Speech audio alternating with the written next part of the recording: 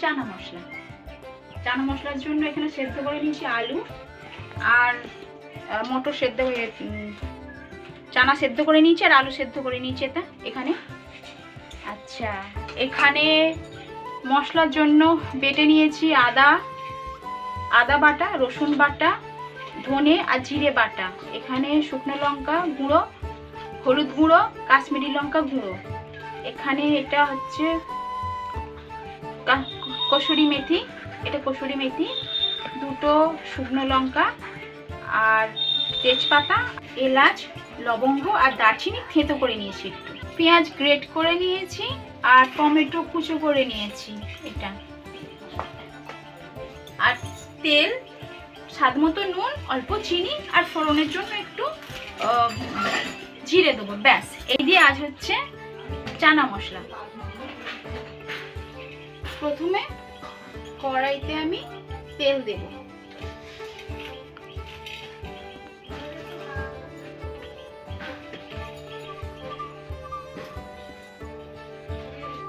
তারপর ফোড়নের জন্য দেব একটু জিরে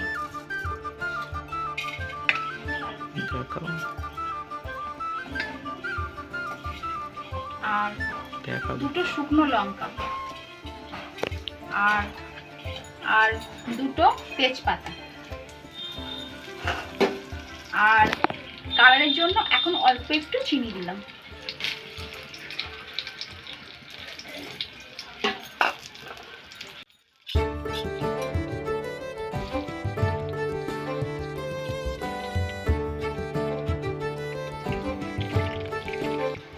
পেঁয়াজ দেব প্রথমে,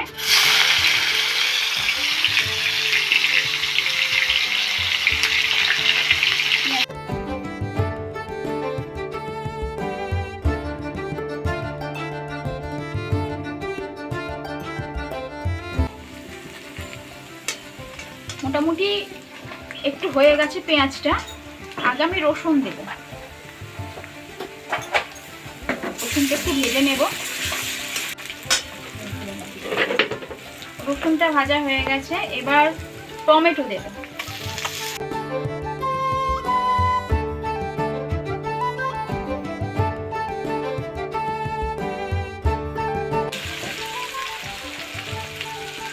আদা বাটা, জিরে ধনে বাটা,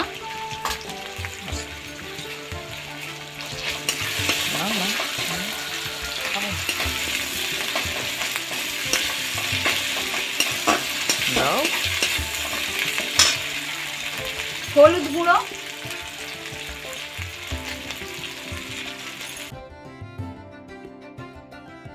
লঙ্কা গুঁড়ো,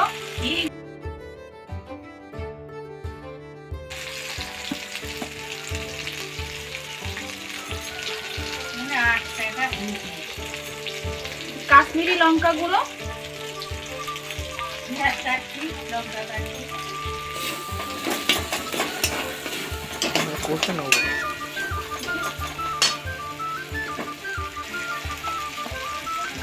গোটা গরম মশলাটা যেটা থেঁতো করে রেখেছিলাম এটা এখন দিয়ে দেব।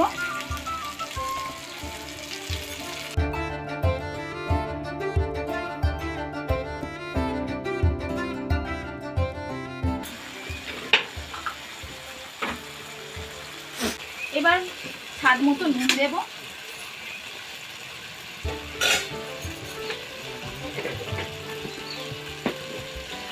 দেখতে পাচ্ছেন তেল ছেড়ে গেছে।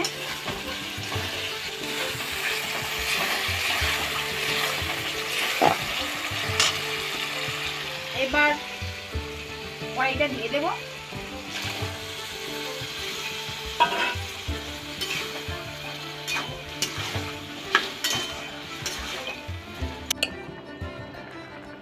এবার একটু কড়াইগুলো একটু ভেঙে দেব।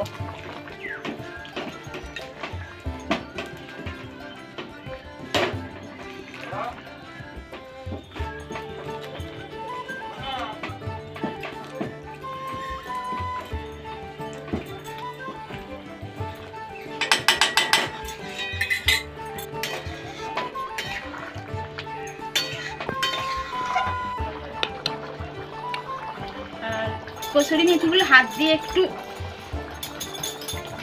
পিষে নিয়ে দিয়ে দেবো লাস্ট। নিয়ে নিলাম, রান্না কমপ্লিট। তৈরি হয়ে গেল চানা মশলা। এটা পরোটা, রুটি বা লুচি যেটা দিয়ে পারেন খেতে পারেন, খুব ভালো লাগে।